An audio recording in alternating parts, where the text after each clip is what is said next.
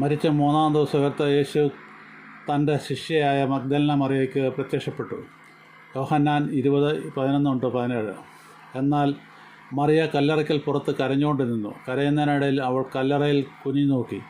യേശുവിൻ്റെ ശരീരം കിടന്നിരുന്ന ഇടത്ത് വെള്ള വസ്ത്രം ധരിച്ച 2 ദൂതന്മാർ, ഒരുത്തൻ തലയ്ക്കലും ഒരുത്തൻ കാൽക്കലും ഇരിക്കുന്നത് കണ്ടു.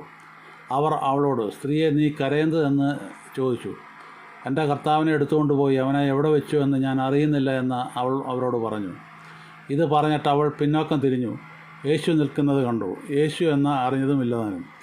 യേശു അവളോട്, സ്ത്രീയെ, നീ കരയുന്നതെന്ത്? ആരെ തിരയുന്നു എന്ന് ചോദിച്ചു. അവൻ തോട്ടക്കാരൻ എന്ന് നിരൂപിച്ചിട്ട് അവൾ, യജമാനെ, നീ അവനെ എടുത്തുകൊണ്ട് പോയി എങ്കിൽ അവനെ എവിടെ വെച്ചു എന്ന് പറഞ്ഞു തരിക, ഞാൻ അവനെ എടുത്തുകൊണ്ട് പോയിക്കൊള്ളാം എന്ന് അവനോട് പറഞ്ഞു.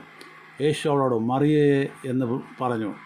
അവൾ തിരിഞ്ഞ് എബ്രായ ഭാഷയിൽ റബ്ബുനി എന്ന് പറഞ്ഞു. അതിന് ഗുരു എന്നർത്ഥം. യേശു അവളോട്, എന്നെ തൊടരുത്, ഞാൻ ഇതുവരെ പിതാവിൻ്റെ അടുക്കൽ കയറിപ്പോയിട്ടില്ല. എങ്കിലും നീ എൻ്റെ സഹോദരന്മാരുടെ അടുക്കൽ ചെന്ന് എൻ്റെ പിതാവും നിങ്ങളുടെ പിതാവും എൻ്റെ ദൈവവും നിങ്ങളുടെ ദൈവവുമായവൻ്റെ അടുക്കൽ ഞാൻ കയറിപ്പോകുന്നുവെന്ന് അവരോട് പറ എന്ന് പറഞ്ഞു. ആമേൻ, ആമേൻ.